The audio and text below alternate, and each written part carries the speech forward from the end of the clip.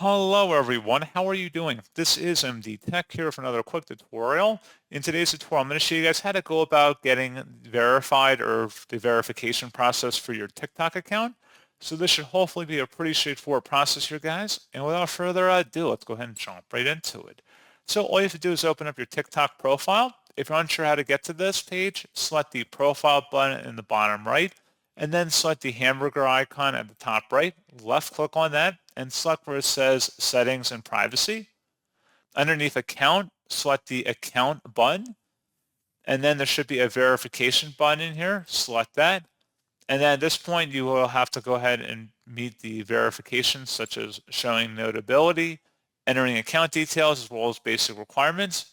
So if you selected the Start option, you have to have your phone number and email verified, having a username, bio, and profile photo enabled, as well as the profile needs to be public.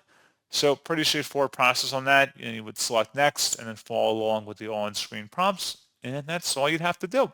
So pretty straightforward process, guys. And as always, thank you for watching. I do hope I was able to help you out, and I do look forward to catching you all in the next tutorial.